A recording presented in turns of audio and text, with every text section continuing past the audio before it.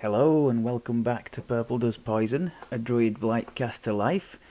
This is level 23 and we are sitting next to the Purple Dragon Sword Captain in Eveningstar, looking out at the woods and the houses and the distant hills, and contemplating the final quest in the Eveningstar 1 chain, which the first three of which are in the King's Forest, and the final one is here in the Eveningstar itself. And level 23 is where I was really hoping it was all going to kick off for this build. So let's have a look at the... before that, let's just mention the feat we took at 22, a fairly obvious one. Epic Spell Power Acid. So our Acid Spell Power now is up to 600, which is pretty nice. And don't forget, whenever you take one of those epic spell powers, it gives can I see it in the description? Yeah, so we're getting 10% acid spell critical damage, but also 5% universal. So if you are doing, dealing as we are with several different types of damage, in our case acid, poison, electric, cold, there's some force thrown in there as well, isn't there? Each one that we take adds that 5% to every school's critical damage. So it's a common strategy to stack several of those on the legendary builds, especially on a character. Well, I suppose not on somebody who's... You wouldn't just take it, I don't think, just for the hell of it, if you were really only dealing with one type of damage. But for a druid in particular, like my cold druid is similar. He has cold, force, positive, and he would probably like electric as well. I didn't have enough feats to take electric, but I would have liked that too. So if you're dealing with all those different types, it's definitely a nice line to go into. I don't think I had too many other notes for 23. Oh, one thing I did note, I didn't mention in the previous one, the Wizard King. You have to have an intelligence score that's not totally horrible to be able to read those tablets, to see who is waiting for you at the top of each tower. If your intelligence is too low, you won't be able to see that. I don't know if there is a hireling that could... Maybe if there is such a thing as a wizard hireling, I think there probably is. Maybe they could read the tablets, I don't know that. And one accomplishment of note, we've done already the Lords of Dust chain as well, and he managed to get through the Spinner of Shadows on Reaper 1, which on your own is not bad. For those of you who know the quest, on your own you're having to collect those little crystal things to light the torches, but all the while the spinner is hammering away at you, knocking you down, taking away your death ward, draining your levels. It can get quite tough, that. Quite tough. But between the healing and the regeneration was very good. He doesn't have high enough UMD to use the greater resto scroll, or probably not even the resto scroll reliably, but this regenerate, each time it ticks, and I think it ticks 4 times, it removes 1 negative level. So that took care of the negative levels. We were able to cast Death Ward again to restore that, and slowly but surely we collected the things and beat the quest. So I was more than happy with that, because that's a tough old quest to do on Epic Reaper on your own. I don't think I had any other note on that, so let's show you the long-awaited destiny changes. So we've now access to the second cause and also the third tier of the enhancements, and this is where all the action is now at this level for us. So we've had to take that, not because I want to, because it strikes me as a bit blur on its own, that thing, but it's a way on to this. Now this is excellent for us. Thorn, double damage of Shard Storm, which is very nice. Shard Storm, as we've already discussed, and as one of you mentioned again in the comments only yesterday, it's a very nice thing to have going passively. So if you're having to, you're running along and things are kind of surrounding you, hit the Shard Storm and the Core Lightning Storm. Just have those things clear up, or at least contain the opponents that are around you as you're moving. That's very nice. So you're not actually actively focusing on them, and yet they're still taking damage and dying. Can't say fairer than that. Plus the fact now we get a nice barrier of temporary hit points every time we hit that Shard Storm. It's just a shame our actual hit points are still a bit on the low side. Of course, I could have helped that quite a bit by taking this 4th core in the Grim Barricade tree. Could have and probably should have, but I think my DCs are a bit borderline, so I've given them as much help as I can in this tree, which has meant, unfortunately, that we don't have enough points, not nearly enough points to get this extra 100 hit points. So you'll just have to listen to me keep moaning about being one shot in the quests. So that's the at its core, great stuff for the Shard Storm. Happy times there.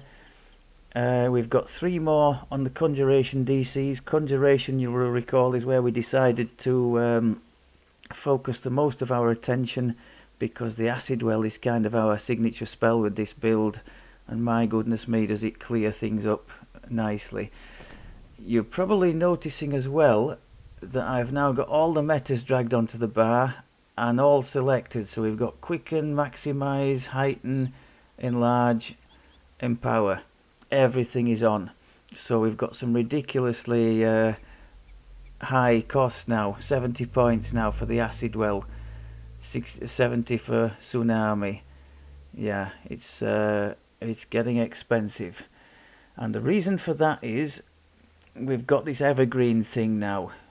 Extra spell points anyway, but when using any Mantle of Nature, which we obviously are, the Thorn, spells have a chance to grant us 100 temporary spell points, and that goes off very regularly. So we're going to be leaning heavily on that. I've tested it once or twice, throwing all sorts of big spells in, and I have not yet managed to get to the bottom of the spell point pool, so I'm really happy at that. It's like, all this mana conservation business has suddenly been lifted, and it's like, we can exploit the, the strength of the class, of the spells we've got available now, of the metas that we've selected to the fullest. So, yeah, happy times there. And the rest of the points are just 4 left in Draconic, so we've got the 1st core and then a bit more spell power there. That's, what did we say before? That is 16 acid spell power and 11 on everything else, which is not terrible. Gear wise, I've added a few Kenneth crafted bits of gear. Now we don't have, our wisdom is not terrible at this level, but we are missing an insightful wisdom. We could have up to insightful 5 at this level. I do have some on my glasses, but the glasses are unfortunately part of the Shan set that we're wearing. Plus they're giving us potency. Some of the spell powers that we don't actually have on the gear that we quite like. Which ones would those be? I'm not going to go into it, but I chose to keep those glasses on anyway. So we're 5 wisdom down on where we could be, but the DCs are not terrible. 58 on the Acid Well, and in Reaper that would be at least another 4. So low 60s now on the saves. which for sort of early epic, that's not horrible, I don't think. It's certainly not amazing. If you were a class really going for the DCs, like let's say a Spellsinger Bard, you could have that by the end of Heroic, I bet. But it's not horrible, not horrible. If I were doing several TRs using this character and class, the same one, I would definitely get him a wisdom, insightful wisdom thing somewhere fitted into this. Otherwise, that hat, just like I said, it's been one from level 8, could have been one from level 7, but for the augment I've got slotted in it. Profane Spell Focus 2 is just ridiculously overpowered at that level and continues to be good right the way to the cap, I think. That's an upgrade on the necklace we were wearing, so more constitution. I wish that was insightful wisdom instead of charisma. That was from my warlock days, so that would be very good for a warlock or sorcerer or something. As mentioned in the last episode, if you folks have any thoughts about a class to try for the next life, feel free to share those in the comments. I should probably mention that gear-wise, for most casters, I should be able to find some things, not optimal, but some things that should help most casters. But when we start looking into ranged and melee, it becomes much more sketchy, and it's likely going to be a case, as often as not, of sort of running around starting from basically nothing gear-wise, and seeing what we can find, which could in itself be quite fun. But don't feel obliged to pick a melee for me, because I've done very little melee in my time in the game, and it's certainly not something I excel at, put it that way. Right, so that's the necklace. That again was a relic of the warlock, the what's it called, the warlock enhancement that uses light, Utter Dark Blast, so that's why we had Radiance on there. With Spell Sight and Insightful Corrosion. Spell Sight helps everything, that's universal spell power. Insightful Corrosion to boost the acid. That's a nice item. Mysterious Cloak. Extra stacking healing amp is always nice. Stacking magical resistance, which I don't think we can take advantage of anyway, because yes, our magical resistance is capped at 60. If we take that off, it's capped at 60 because we're wearing robes. I think this set we're wearing gives us a 10 bonus to it. Yes, otherwise it would be capped at 50. Oh, so that is giving us 16 extra. Just not as much as it should be because of the cap, but we're still benefiting a bit. The belt's still the same. The ring's been upgraded. It's just the same as previously. So Insightful Con for extra hit points, and then we've got the Impulse and Kinetic Law for the force damage stuff, which will help things like Salt Ray, although I use that mostly for the stun. Word of Balance definitely, and that's just deadly single target damage, Reapers in particular, so that's nice to have help on that. Earthquake, Tsunami, all of those have a force component. And you might have noticed there's a Festive Wisdom 2 on there, which will help us from the winter event. And Topaz of Evocation, that would help a standard druid more than us, but we do still have plenty of evocation spells. That Sunburst is evocation, Salt Rays, so is the Word of Balance, although it doesn't mention a save there, but I think it does have one. Is that evocation as well? Yep, Storm of Vengeance. So we've got plenty of stuff that still uses evocation. Tsunami does. So that's quite handy. Insightful Force, resistance for our saves, Devotion for the positive spell power, Diamond of Wisdom because we didn't have one on any of the other gear, defense for our PRR and MRR on the other augment. Still wearing these DR15 golden greaves. DR15 is still quite nice, even at this level. That's an upgraded version of the last ring. Actually, that's pretty redundant, isn't it? Because light spell power we're not really using. Festive charisma we don't care about. Sheltering is on the augment of those gloves. Insightful physical sheltering, I suppose that's giving a bit extra. Let's just see if we take that off. Yeah, it's giving a little bit. I'll leave it there in the absence of anything else too compelling. I could have put a spinneret on there, I suppose, for a bit more. Should I do that? He's probably got one in his bank, hasn't he? Let's have a look at that. That would give one more spell DC and a bit more spell crit chance for some of the some of the elements that we don't have a crit item for, like electric and cold. Let's see if we've got the spinneret in our bank. It should be here.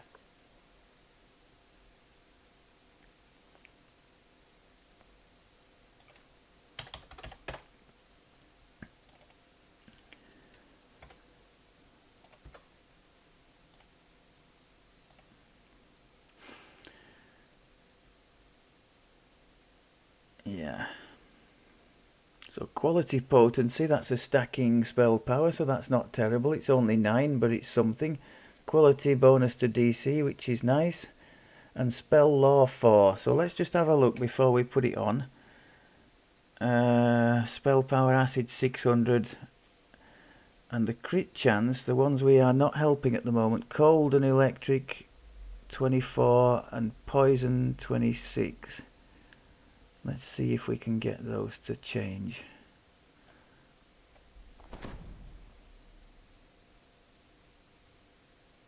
Yes, they've actually gone up 5. I don't know why that is, because it's listed as 4, but okay, we'll take it. The poison hasn't moved because I've just realised that is on this. The void law helps poison as well, so it's on the belt. But the cold and electric have been boosted up nicely by that. And the spell power, yes, every spell power's got 9 extra on it now. And the DC on the acid well's gone up from 58 to 59, so everything else has benefited from that. The downside is we're going to get mauled even more now when we get hit. But kind of the way we've got it set up is for attack more than defense, so I think we can roll with that. The saves are looking pretty good. Everything is in the 40s. In fact, things are going to be approaching the 50s in Reaper, aren't they? That one already is. The reflex should be pushing 50 in Reaper with the Reaper bonus, and yeah, with the Reaper bonus we've got picked, and the fortitude isn't that far behind, so that's good. Did I actually make it to the end of the gear? Yes.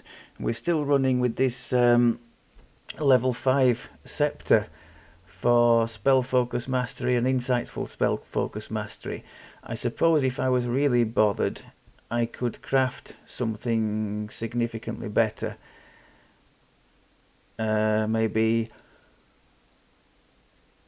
Maybe spell focus mastery 3 and insightful 2. So maybe there would be 2 more DCs to be gained from that. But I'm not that fussed to do that. Okay, let's see if we can find our way back to the quest in hand.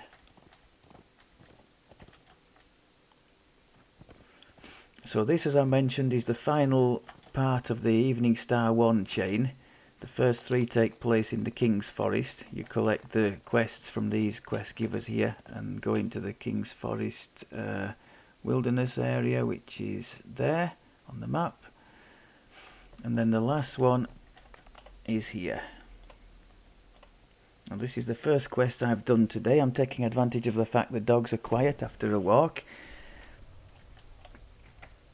And I'm also taking the opportunity to get my excuse in early. First quest, don't expect too much.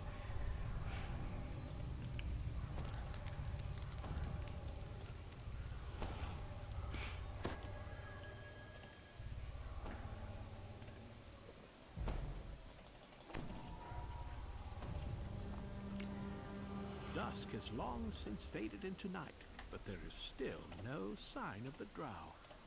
Tension grows. You basically just have to clear out 3 separate areas, and then as a horde of drow swarm into the village.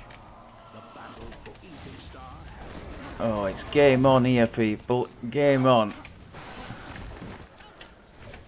with the barricade breached. The only way to protect Eveningstar is I should perhaps have tried something a bit higher than Reaper 1, given that we can see, look, we're getting these temporary spell points now, given that we're not restricted now on what we can use.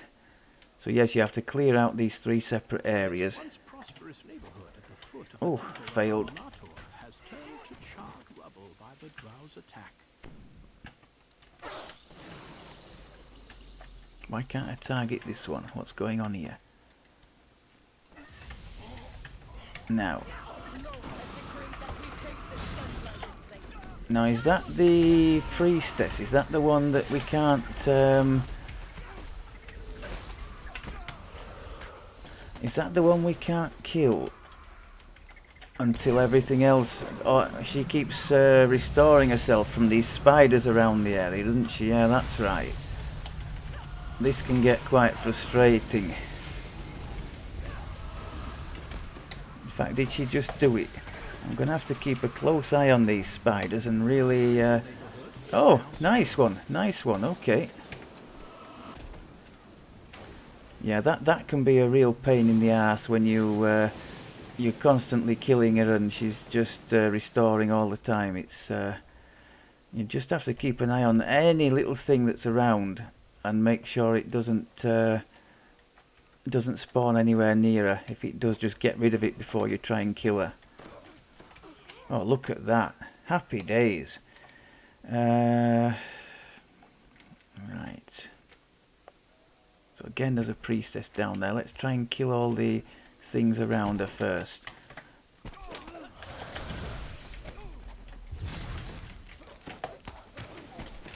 I hate it when the things are all spread out like this. Oh no, did she just die? Oh, okay. That's accommodating. Snuffed out Eveningstar's protective lights when they attacked. Light any Look at bonfires this. you come across to keep the drow at bay. Now what's happened to our targeting thing? Why can't we... Very spirited. You will make a fine addition. I have a slave collar picked out just for you. What happened there? Surely they can't be immune. I think that spelled... And that one...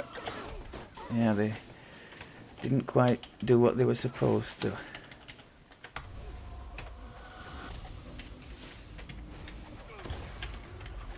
The granary area Okay, good stuff.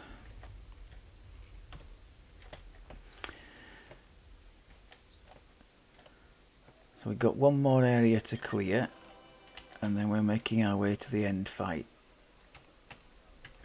A couple of Reapers in there.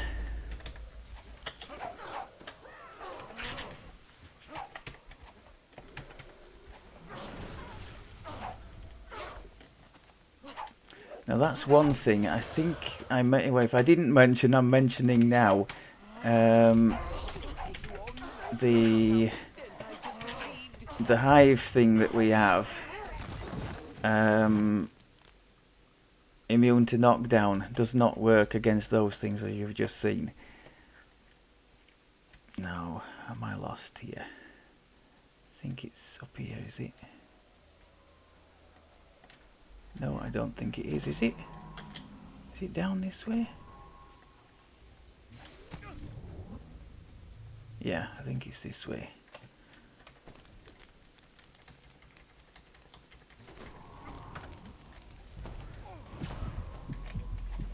This farmstead used to belong to one of Eveningstar's oldest families.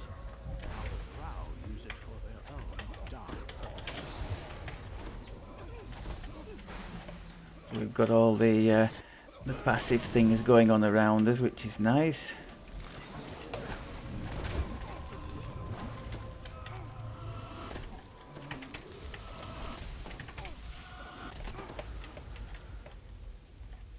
I don't think we need to engage all that lot down there.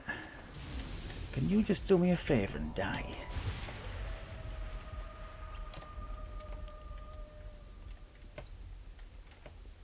Just waiting for the boss guy to appear.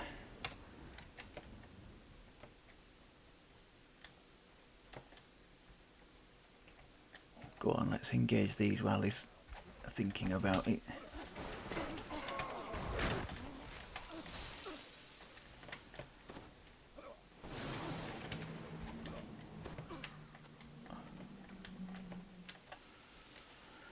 In your own time, people.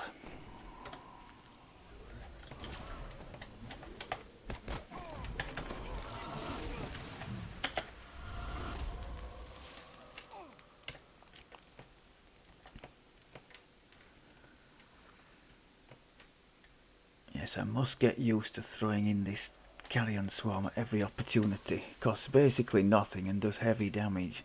Especially if we follow it, if we precede it rather with the poison, like we're going to do now, to make sure he takes full damage from everything.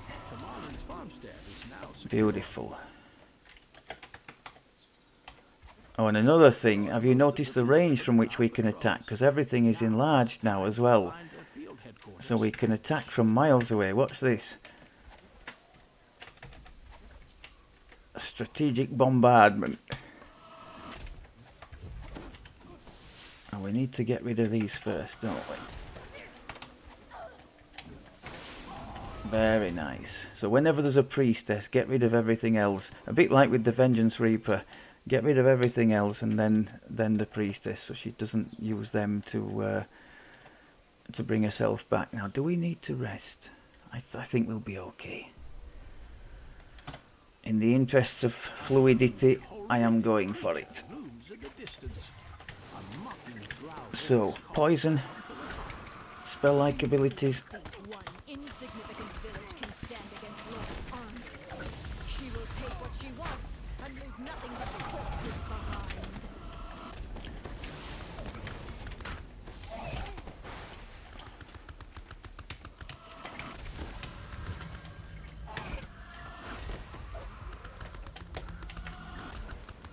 Oh, crud. I couldn't target him initially. But yes, that word of balance against the Reapers is just, oh my god. Now, I know there is an epic...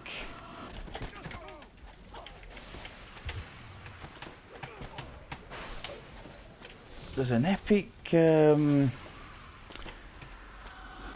feat, isn't there? Or a destiny choice or something like that that can give you... is it 10 extra caster levels or something on some of the spells, word of balance included? I wonder if it might be worth experimenting with that, because I never have in the past. But I've made a lot of use of it on the way up here. Let's throw the old lightning in.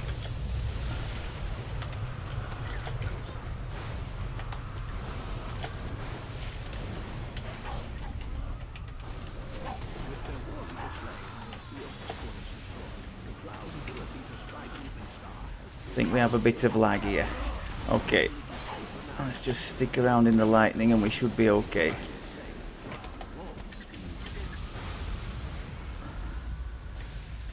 I think we can call that a win.